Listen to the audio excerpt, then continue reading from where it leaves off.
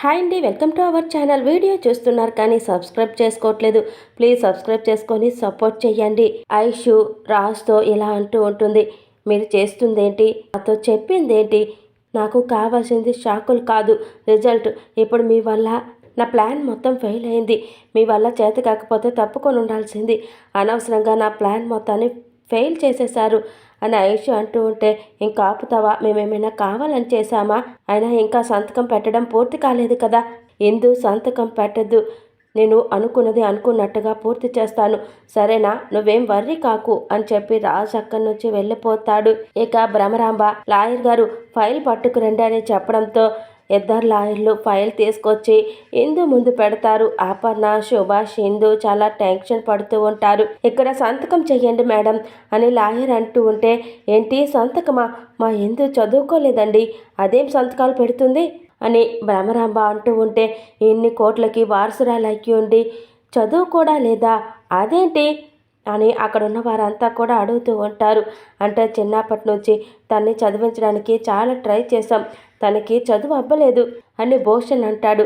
అయినా కోట్లు ఉన్నప్పుడు చదువుతో పనేముంది, మీరంటున్న చదువుకున్న వాళ్ళే ఫ్యూచర్లో తన కింద పని చేస్తారు అని రేఖ అంటూ ఉంటే, బాగా చెప్పావు రేఖ, ఏంటి లాయర్ గారు సంతకం పెట్టకపోతే ఏమవుతుంది, వేలు ముద్ర వెయ్యొచ్చు కదా అని భ్రమరాంబ అంటూ ఉంటే, వెయ్యొచ్చు మేడం అని లాయర్ అంటారు. బంటి కిడ్నాప్ చేయాల్సిన సమయం ఆసన్నమైంది అని బబ్లు అంటూ ఉంటే, అవునరా బబ్లు, కరెక్ట్గా సంతకం పెట్టే టైంకి వీళ్ళంతా పడిపోతారు, అప్పుడు మనం వెళ్ళి ఇందుని లాక్కెళ్ళిపోదాం అని బంటి అంటూ ఉంటే, ఇంతకీ ఎలా కిడ్నాప్ చేస్తాంరా అని బబ్లు అడుగుతాడు.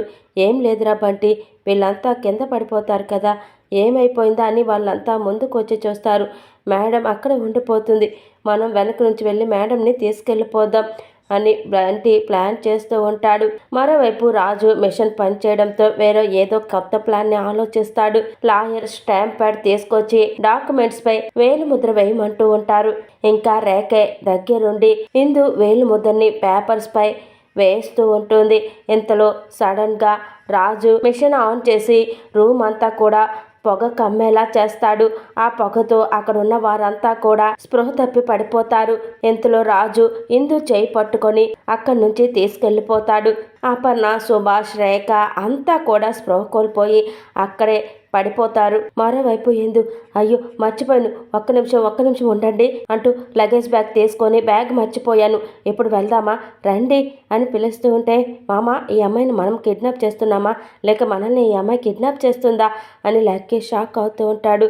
ఒరే ముందు మనతో పాటు రానివ్వు అని రాజు లక్కీ గుసగుసలాడుతూ ఉంటే, ఏంటి అలా చూస్తున్నారు, అందరూ వచ్చేస్తారు, త్వరగా కార్ తీయండి ఫాస్ట్ అంటూ ఇందు తన లగేజ్ బ్యాగ్ తీసుకొని కార్ ఎక్కుతుంది. కన్ఫర్మ్ మామ, ఈ అమ్మాయికి మైండ్ బ్లాక్ అయినట్టుంది, పద కార్ తీ అంటూ లక్కీ రాజు ఇందుని అక్కడి నుంచి తీసుకొని వెళ్ళిపోతారు. నాకు చాలా ఎక్సైటింగ్గా ఉంది, నా లైఫ్లో ఫస్ట్ టైం ఇలాంటి అడ్వెంచర్ చేయడం నాకు ఎంత సంతోషంగా ఉందో తెలుసా, ఈరోజే నాకు స్వతంత్రం వచ్చినట్టు, రెక్కలొచ్చి ఆకాశంలో తేలిపోతున్నట్టు ఉంది అని ఎందు అంటూ ఉంటే, మేడం ఇక్కడేం జరుగుతుందో మీకు ఏమైనా ఐడియా ఉందా అని లక్కీ అడుగుతాడు. కిడ్నాపే కదా చేస్తున్నారు, చూడడానికి మీరు ఎదవల్లా ఉన్నా బాగానే కిడ్నాప్ చేశారు, సూపర్ అని ఎందు అంటూ ఉంటే, ఏ మమ్మల్ని తిట్టడం పక్కన పెట్టు, అక్కడ స్నోతో అందరూ పడిపోయారు కదా, మరి నువ్వెందుకు పడిపోలేదు అని రాజు అడుగుతూ ఉంటే, ఓ అదా, అక్కడ స్నోఫాల్ రెడీ అవ్వగానే ఇలా ముక్కుకి చున్నీ అడ్డుగా పెట్టుకున్నాను అని ఎందుకు చెప్పడంతో, చున్నీ ఓకే, కర్చీఫ్తో ఎప్పుడైనా ట్రై చేశారా అంటూ రాజు కర్చీఫ్కి మందు స్ప్రే చేసి ఇందు స్పృహ కోల్పోయేలా చేస్తాడు. మరోవైపు శేషు స్పృహలోకి వస్తాడు.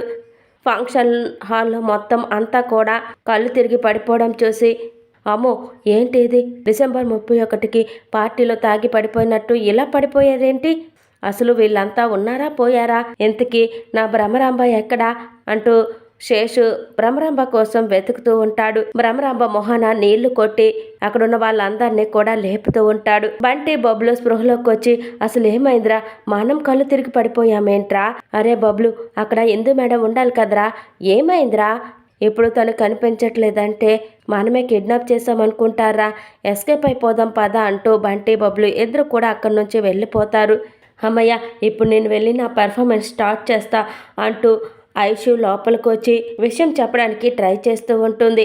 ఇంకా ఇంతలో రేఖ భూషణ్ వాళ్ళంతా కూడా స్పృహలోకి వచ్చి అసలు ఏం జరిగింది, ఎందుకు ఇలా పడిపోయాం అని అంటూ ఉంటే నేను అదే చూస్తున్నాను, నేను వచ్చి చూసేసరికి అందరూ పిట్టల్లా రాళ్ళి పడిపోయారు అని శేషు అంటూ ఉంటే ఇందు ఎక్కడా అని రేఖ అడుగుతుంది.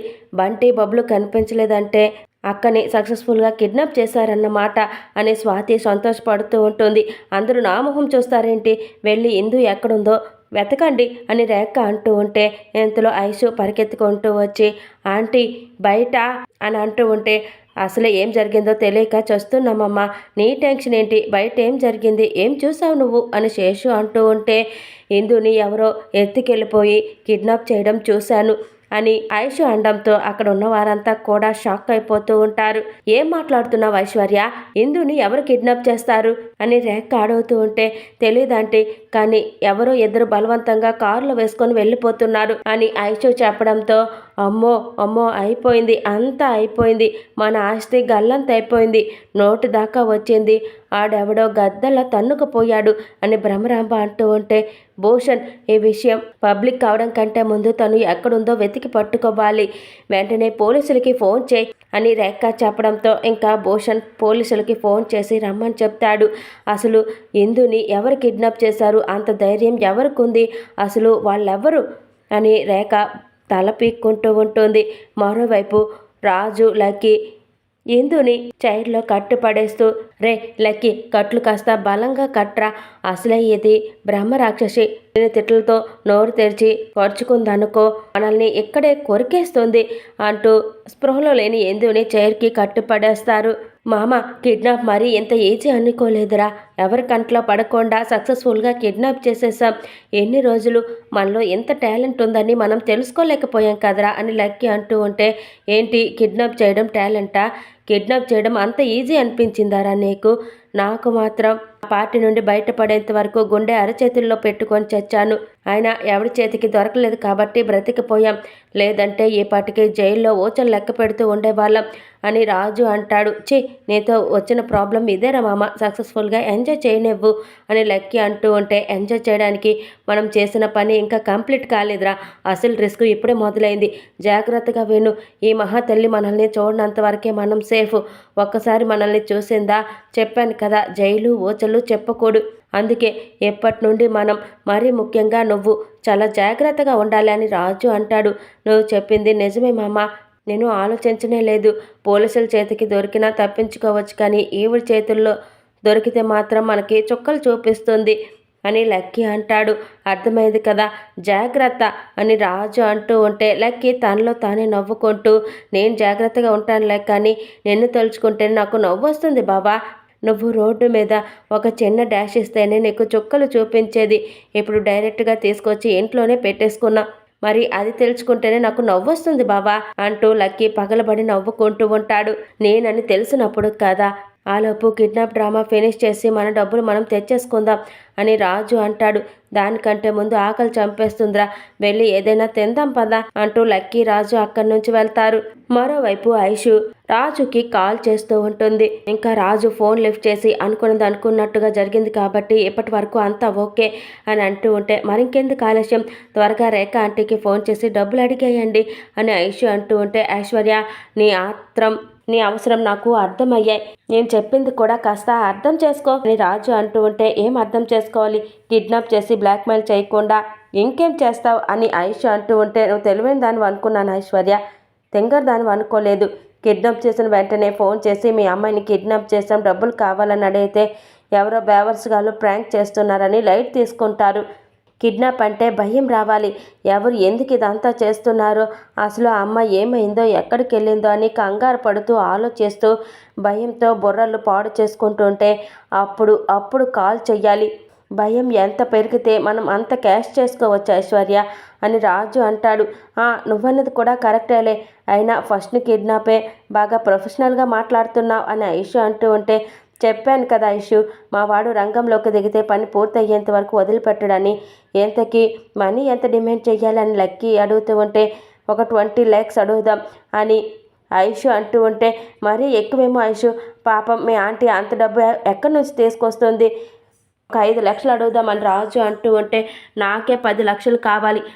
మరి 5 లక్షలు అంటే ఏం సరిపోతుంది? మా ఆంటీ ఎక్కడో ఒక దగ్గర అప్పు చేస్తుందిలే అని ఐషు అంటూ ఉంటే ఇంత చీఫ్ ఫెలోస్ ఏంట్రా మీరు? చూడు ఐషు, 10 లక్షలు అడిగితే నిజంగానే ఫోన్ చేసింది కిడ్నాపర్ కాదు, ఎవరో పోకిరి వెధవలని తిట్టి ఫోన్ పెట్టేస్తుంది.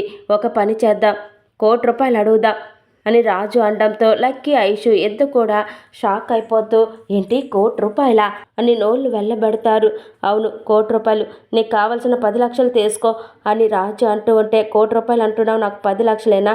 నాకు 50 మీకు 50 అని ఐషు అంటూ ఉంటే రిస్క్ మాది కాబట్టి మాకు 60, నీకు 40 కుదరదు అని రాజు అంటూ ఉంటే ప్లాన్ నాది కాబట్టి 50-50 అని ఐషు అంటూ ఉంటే ఒరే మామ ఒప్పేసుకోరా, నా గర్ల్ ఫ్రెండే కదా, 10 కదా ఎక్స్ట్రా అడుగుతుంది, ఒప్పేసుకోరా అని లక్కీ అనడంతో ఓకే అని రాజు ఒప్పుకుంటాడు. ఇంతకీ ₹1,00,00,000 ఉన్నాయంటావా అని రాజు అంటూ ఉంటే మా ఆంటీ అప్పులు చేయడం లో చాలా ఎక్స్పర్ట్, ఎందుకోసం కాకపోయినా ఎందు పెట్టే సంతకం కోసమైనా ఎక్కడైనా అప్పు చేసి మీకు ఇస్తుంది. ఇంతకీ ఎందుని ఎక్కడ దాచిపెట్టావు అని ఐషు అడుగుతూ ఉంటే అది నువ్వు తెలుసుకోకపోవడమే మంచిది. అక్కడ మీ ఇంట్లో ఏం జరుగుతుందో మాకు టైంకి అప్డేట్ ఇస్తే చాలు, ఓకేనా? ఉంటాను అంటూ రాజు కాల్ కట్ చేస్తాడు. ఈడియట్, ఒక్క అవకాశం కోసం నన్ను ఎంత బెదిరిస్తున్నారా? చెప్తాను మీ సంగతి అని ఐషు తిట్టుకుంటూ ఉంటుంది. మామ నువ్వు మామూలుడు కాదురా, 50 లక్షలు అంటే మన కష్టాలన్నీ ఒక్క దెబ్బతో మాయమైపోతాయి, నా ఫ్రెండ్ అనిపించుకున్నా అని లక్కీ అంటూ ఉంటే రిస్క్ చేస్తే లైఫ్ సెటిల్ అయిపోవాలి మామ, ఇంతకీ ఇల్లు సేఫే కదా, ఓనర్ ఏం రాడు కదా అని రాజు అంటూ ఉంటే డోంట్ వరీ మామ, ఆ ఓనర్ గాడు ఫారెన్లో ఉంటాడు, కేవలం వింటర్ సీజన్లో మాత్రమే వస్తాడు, వాడికి వేసవి కాలం అంటే చిరాకు అంట, అందుకే 9 నెలలు ఫారెన్లో ఉంటే 3 నెలలు ఎక్కడ ఉంటాడు అని లక్కీ అంటాడు. అయితే హ్యాపీగా మనం మన పని పూర్తి చేసుకోవచ్చు, పద ఆకలిస్తుంది, ఏమైనా తినేసి వద్దామా అని రాజు అంటాడు. మరోవైపు ఇందుకోసం రేఖ, అపర్ణ, సుభాష్ అంతా కూడా టెన్షన్ పడుతూ ఉంటారు. అసలు అంతమంది మధ్యలో అందరూ చూస్తూ ఉండగా అంత తెలివిగా ఎవరు ప్లాన్ చేశారో, ఎవరు ఎత్తుకెళ్లారో నాకు ఇప్పటికీ అర్థం కావడం లేదు అని అంటూ ఉంటే వాళ్ళు ఇదంతా పక్కాగా ప్లాన్ చేసుకొని వచ్చారు, మాకు అనుమానం ఉంటే వాళ్ళ దగ్గరికి వెళ్తాం కదా, మిమ్మల్ని ఎందుకు పిలిపిస్తామని భూషణ్ అంటాడు. అసలు అని భ్రమరాంబ చెప్పబోతూ ఉంటే వదిన నువ్వు ఆగు, మాకు తెలిసినంత వరకు మాకు ఎవరు శత్రువులు లేరు సార్ అని రేఖ అంటుంది. అవును సార్, ఎవరికైనా ప్రమాదం ఉందంటే అది మా వల్లే రావాలి తప్ప ఇలాంటి అటాక్ మాపై జరగడం ఇదే ఫస్ట్ టైం, అందుకే అందరం షాక్లో ఉన్నాం అని శేషు అంటాడు. శేషు, రేఖ మాట్లాడుతుంది కదా, నువ్వు సైలెంట్గా ఉంటావా అని భ్రమరాంబ అంటూ ఉంటే ఇప్పుడు నువ్వు దేనికి బాధపడుతున్నావు, ఎందుని కిడ్నాప్ చేసినందుక లేకపోతే సంతకం చేయడం ఆగిపోయిందనా అని శేషు అంటూ ఉంటే సంతకం ఏంటి అని ఇన్స్పెక్టర్ అడుగుతూ ఉంటారు.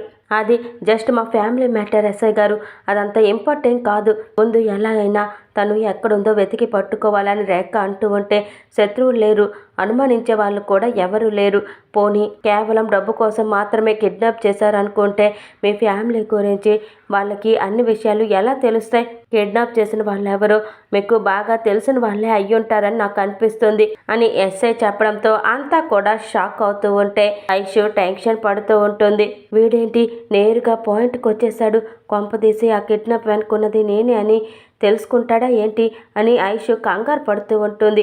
అంటే మీరు చెప్తుంది మాకు తెలిసిన వాళ్ళలో ఎవరైనా ఈ కిడ్నాప్ చేసుంటారు అనుకుంటున్నారా అని రేఖ అంటూ ఉంటే అవును మేడం, ఎందుకంటే ఇందు మేడంకి ఈ ఆస్తికి సంబంధించిన మొత్తం పవర్స్ వస్తున్నాయని మీ ఫ్యామిలీ మెంబర్స్కి మాత్రమే తెలుసు, మరి ఆ విషయం కిడ్నాపర్స్కి ఎలా తెలుస్తుంది అని ఎస్ఐ అడుగుతూ ఉంటే తెలుసు కాబట్టే కదా మా అక్క తన్ని తానే కిడ్నాప్ చేసుకుంది, ఈ రాక్షసుల నుండి బయటపడడానికి ఈ పని చేసిందన్న విషయం తెలిసిన రోజు రేఖ ఆంటీ గుండె ఆగిపోతుందేమో అని స్వాతి తనలో తాను అనుకుంటూ నవ్వుకుంటూ ఉంటుంది. ఇక తర్వాత ఎపిసోడ్లో రాజు లక్కీ కలిసి ఇందుకి తినడానికి భోజనం తీసుకొచ్చి పెడతారు. ఇంకా ఇందు చాలా ఆత్రంగా తింటూ ఉంటే ఎక్కిళ్ళు పడతాయి. లక్కీ వాటర్ తాగిస్తూ ఉంటాడు. ఇంకా లక్కీకి తెలియకుండా లక్కీ మాస్క్ను తీసి ఒరే లక్కీ నువ్వా అని ఎందు అనడంతో ఇంకా లక్కీ టెన్షన్ పడిపోతూ నేను కాదు అంటూ మాస్క్ వేసుకుంటూ ఉంటాడు. ఆ దొంగ వెధవలు మీరే అనుకున్నాను అని ఎందు అంటూ ఉంటే మేము చేసే ప్రతి పని డబ్బు కోసమే చేస్తున్నాం. ఇప్పుడు నిన్ను కిడ్నాప్ చేసింది కూడా డబ్బుల కోసమే. నువ్వు ఓవర్ యాక్షన్ చేయకుండా నోరు మూసుకొని ఉంటే మా పని మేము చేసుకొని డబ్బులు తీసుకొని వదిలేస్తాం అని రాజు అంటూ ఉంటే అసలు డబ్బుల కోసం నన్ను ఎవరు కిడ్నాప్ చేసి ఉంటారు అని ఎందు ఆలోచిస్తూ ఉంటుంది. Please subscribe my channel. Thank you for watching.